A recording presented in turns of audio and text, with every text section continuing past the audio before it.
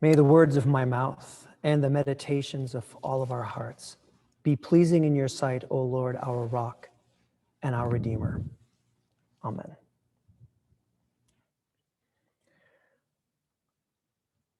Well, friends, there is this story in the book of Acts. We read a portion of it today, but it needs a little bit of background. And the story takes place in Jerusalem not long after the resurrection of Jesus and the ascension.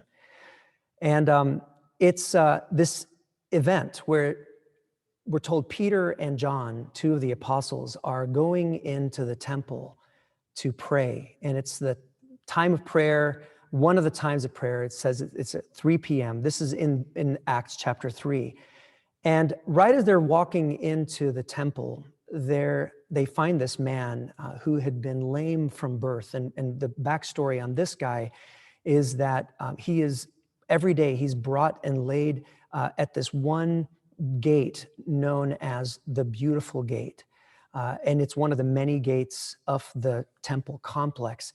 And he sits there and he begs for alms. And so Peter and John walk up, they see this guy, he asks them for money, and Peter looks at him and says, "Look at us." And so the guy looks up and he stares at them, and Peter says this, he says, "Silver and gold I have none, but what I do have I give you." And he says, "In the name of Jesus Christ of Nazareth, stand up and walk." And then he takes the guy's hand and he picks him up, and the guy miraculously can stand.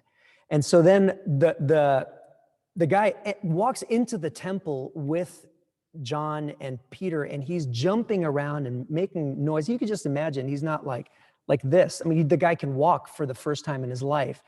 And people notice and they look at him and they say, "Well, we know this guy. This is the guy that every day is sitting at the gate and he's begging." And so out of amazement and just like people have no idea what's going on, they walk up and Peter starts to talk to them.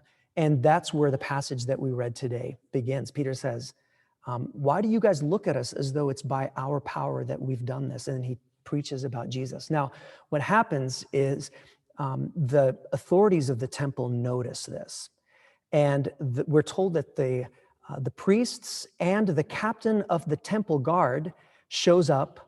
They arrest Peter and John, and then they put him in jail overnight, and then they're going to put him on trial.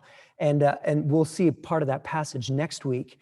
But you can imagine their just surprise and fear when in that passage next week, Peter declares to them that Jesus whom they had apprehended and plotted to kill is now still in his name. Miracles are happening, and there's this yet again the Spirit of Christ and the work of Jesus was not squelched through Jesus's death, but the movement continues. So that is kind of this really powerful, engaging event that we find in chapter 3 and 4 of Acts. It's actually a really exciting thing.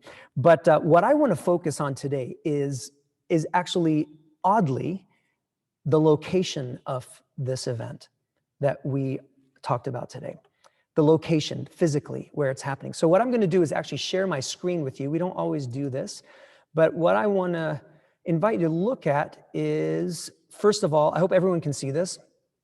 Oops, let me go to the previous thing.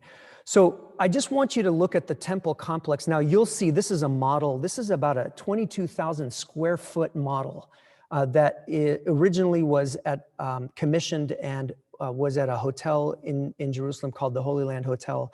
Then in 2006, it was moved to the Israel Museum in Jerusalem. And those of you who've traveled to the Holy Land with me have visited this. You've walked around this thing. But this is a model of what is believed to have been first century Jerusalem. And what we're looking at here, where my mouse is pointing, is the temple complex.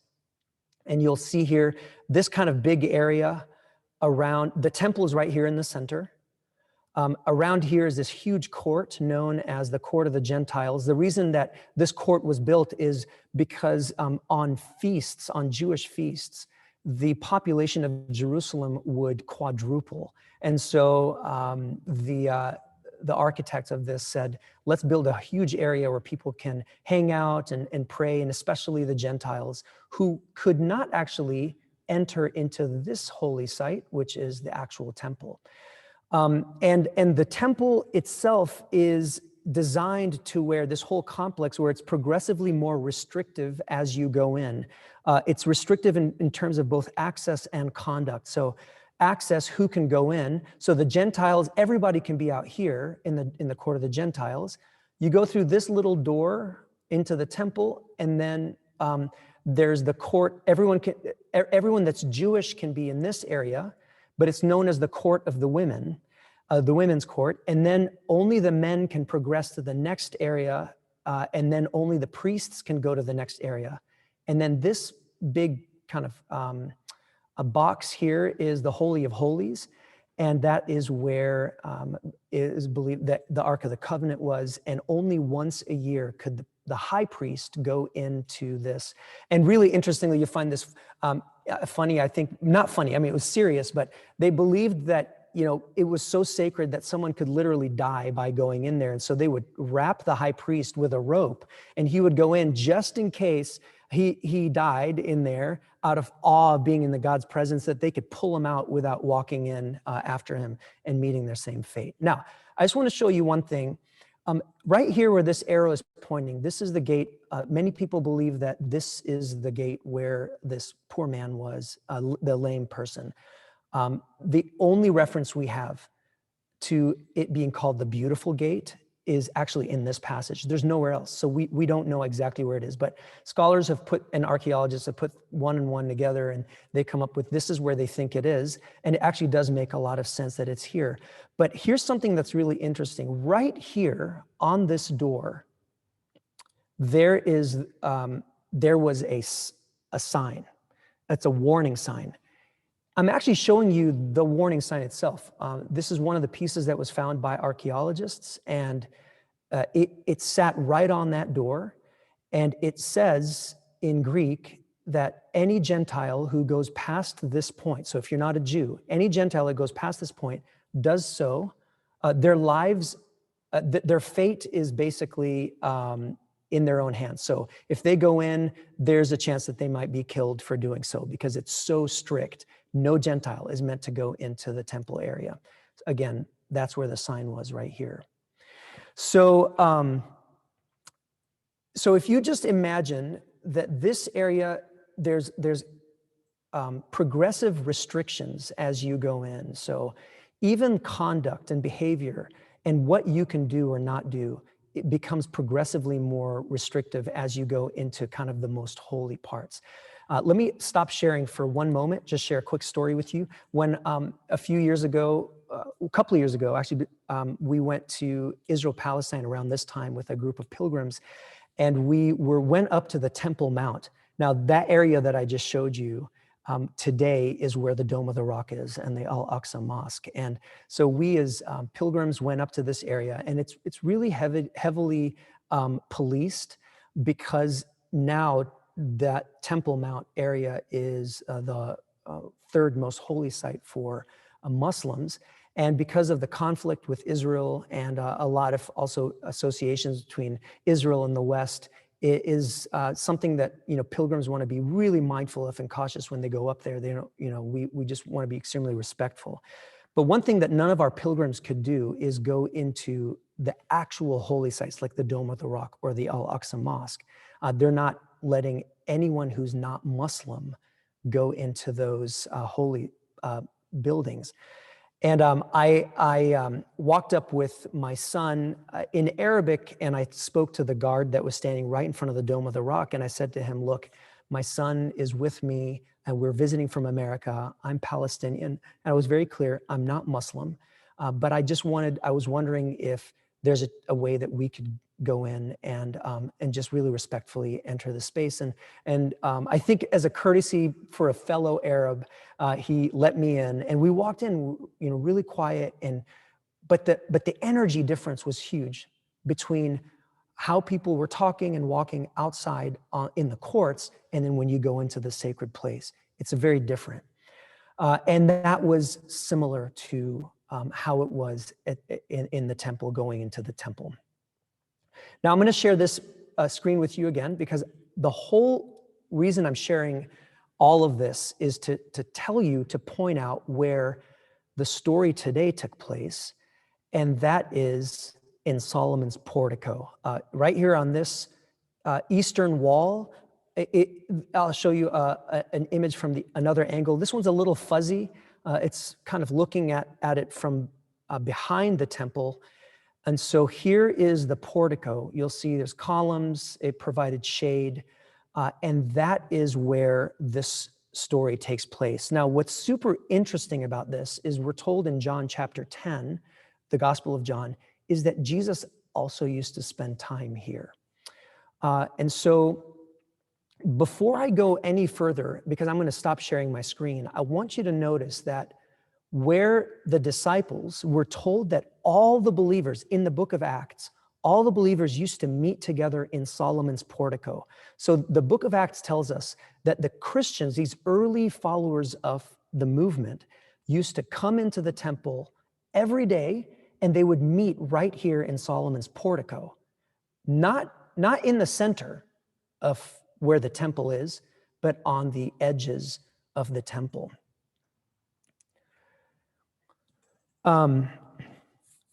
So the temple was the center of the Jewish worshiping community, that kind of part that's in the middle. And where the movement was, this Christian movement, they weren't even called Christians at the time, they were called followers of the way. But this new movement, this spiritual revival, was taking place not in the temple center, but on the edge of the temple. And that's where the revival was taking place, the Jesus movement. I love how the retired Church of England Bishop Martin, his name is Martin Wallace, how he offers a theology about the edges, as opposed to or in contrast to the center, that I really love, and I am centering my message on today. This is what Martin Wallace says. He says, many ancient Celtic sites are on the edge. Iona, Lindisfarne, Withern, Whitby, Jarrow, Bardsley, Berg, Bradwell. Some of you have been to these places. At the edge, he says, we see horizons denied to those who stay in the middle. Walking along a cliff top, our bodies and our souls face each other, and that is how we grow. The edge is, in fact, always the center of spiritual renewal. Let me say that one more time. Let it soak in. The edge is, in fact, always the center of spiritual renewal. The Christian church has always been renewed by those it placed on the edge, such as St. Francis and John Wesley. Jesus lived life with the marginalized, the lepers, the prostitutes, and the tax collectors. Jesus was edged out of the synagogues, out of the temples, out of the city, out of society, and out of life, and yet remained totally in touch with the heart of life. We are called to mold the kingdoms of the earth so that they reflect the kingdom of heaven. And then this is the provocative part. Any Christian movement that becomes respectable risks being brought from the edge to the center, and so is given the kiss of death. And then he ends with, how will I keep myself on the spiritual edge? So the edge is always the center of spiritual renewal. Let me ask you, how is it, I wonder, that you've experienced this to be true in your life? That the edge is actually the center of spiritual renewal. In what areas of your life have you felt edged out of the center? Edged out of kind of the dominant, edged out of where the able bodies are, where the young people are, edged out of the employment force? In what ways have you felt edged out of the center? And what happened or what is happening in that space for you of not being in the center? The edge is always the center of spiritual renewal. Now, I was thinking about this a little bit, and I've had 3 stories that just popped into my mind really quickly about Jesus's life and how Jesus, in fact, when you think of it in this way, was always inviting people to leave the center and actually move out to the edges. Here's one. If you'll remember, a rich young man once came to Jesus and said to him, "What must I do to inherit eternal life?" And Jesus says to him, well, love the Lord your God with all your heart, mind, and soul and strength, and love your neighbor as yourself. And the guy says, great, I've done this my whole life. You know, I've followed these things. And Jesus says, great, one thing is left. Go sell your possessions, give the money to the poor, and follow me. What was Jesus doing? He was taking what was the center for this man and saying to him, start moving away from the center to the edges. And unfortunately, in that situation, this man said, I can't do that. I have to stay in this center. Jesus invited him to join him and his work on the edges by inviting him to move out of the center. Another story where Jesus healed someone on the Sabbath, and the religious community came to him and said, how could you do this on the Sabbath? The Sabbath is a day of rest. And Jesus said to them, listen, guys, go and learn what this means.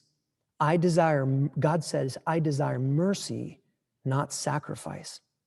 What he was doing is saying to them, the center of your world, of your worship, is around all the law and all the things about the Sabbath and sacrifice and doing the right things religiously. But I'm inviting you to actually step out of the center and move out to the edges and really join me in my work and what I'm doing and what I'm seeing. And unfortunately, this actually got Jesus killed, this kind of attitude, because they were not willing to move out to the edges. They wanted to stay right in the center. Jesus says to his disciples, he says, you've heard that it was said, love your neighbor and hate your enemies. That's the center. I think for many of us, that's the comfortable center, that we were comfortable with that. Love your neighbor, hate your enemies. But I say to you, love your enemies. What's he doing? He's inviting us out of our center to the edges, because that is where Jesus is, and that's where spiritual renewal happens. So a personal story, about 3 years ago, it's been 4 years now, I was starting back up with my doctoral studies. And there was this class that I was in, and we decided as a group to go outside. It was a beautiful sunny day, just like this one. And the professor gave us just an amazing question. It was so engaging, and we just started sharing. And it was extremely, relevant to our lives, and we were talking, we were engaging. And then probably about like 20 minutes in, another one of our students spoke up. And she said, I've noticed for the last 20 minutes that it's only been the men who have been speaking. Not a single one of, the female classmates have spoken. And she was like, I really want to just invite us to be mindful of the dynamics and the power dynamics here. Now, I have to say, I consider myself pretty progressive. Back then, even, I, was totally aware of dynamics of men speaking, taking up space, and, and not being aware of their own privilege and our own power. And so I, in that moment, felt like I was totally called out, just like the rest of us. But even, because it didn't start with me, because it was almost like someone was pointing out the ways in which I had fallen short, I found myself resistant on the inside. Of course, we responded the right way. Even the professor, who I could tell was just like, oh crap. The professor was like quieted down and said, well, let me just invite you to speak. But you could tell that it was really agitating. And I've experienced the same dynamic. I don't know if you have with issues around race or any time that someone calls you out on something that you may have said that you're like, oh, right, I got to find a way to defend myself and show that I'm not actually a misogynist or that I am more progressive than I think I am, or I'm not like a racist. You find this like kind of defensive piece in you. But in that moment, on that day, something flipped for me, and I felt this invitation to move from the center out to the edges. And I don't know if you've been in groups with me where I've said things that maybe have been a little bit uncomfortable to us as a community, where I say, okay, we're going to break up into small groups, and I invite you to please, if you're a white male, don't be the first to share. Let's invite women or people of color to be the first to share in the group. And it's like, okay, well, why are we making such a big deal out of this? It's because we are being invited to move out of our spaces, out of the center, out of the privilege, into the edges where we can really experience the work of God and join Jesus in his ministry. And I would say that basically all the things that we've been doing as a community are related to these subjects, but also as we move and care for our neighbor during a time of COVID, what we're doing is moving from the center, literally from our sanctuaries, from the inside, and we're moving out to the edges. And I want to just kind of give us something to kind of hold on to here when we think about Jesus's invitation to move from the center to the edges. How do you recognize that invitation? How can we become mindful of it? If indeed renewal and the work of Christ is happening on the edges and not in the center, how do we recognize the invitation? And I would say that the invitation, you'll recognize it because it always entails a letting go of some kind. The center, where we are, where we feel most comfortable, that's where privilege is, that's where comfort is, security, even our preferred lifestyles. It's our way of thinking, our theology. Anytime we find ourselves in a place where we are being stretched to let go of those privileges, we can almost be certain that that is an invitation of Christ to move out to the edges. And we have a response is our choice. We can do what the rich young ruler did, or what the Pharisees and the Sadducees did when invited, or we can do what we know is where life is, and that's to say, okay, I'm going to move out because I know that that's where the spiritual renewal is taking place, and I want to be where Jesus is on this. So let me end today with Wallace's final question in his meditation. He says, how will I keep myself on the spiritual edge? Will you repeat that with me? Just say it out loud where you are. How will I keep myself on the spiritual edge? Say it one more time, just so that it sinks in. How will I keep myself on the spiritual edge? This is the work of discipleship for us, St. John's. And I want us to be a community that celebrates and finds deep spiritual satisfaction in moving out of our sacred spaces as individuals and collectively as a church, out of our sacred spaces, out of our temples, in order to experience the center of God's heart in the world, which is on the edges, a community that identifies with the edges, a community that blesses the edges. That's where life is. That's where the exciting, all the exciting is. And the way that we get there, I believe, is by simply redefining where the center actually is. So when culture and where our comforts and our privileges tell us, oh, this is where the center is, for us to say, actually, the edge is where the center of spiritual renewal is. And it's a redefining in that way.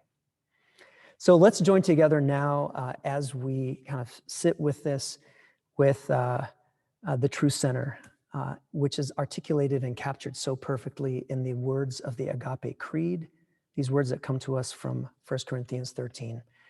So let's say this mindfully and in prayer today.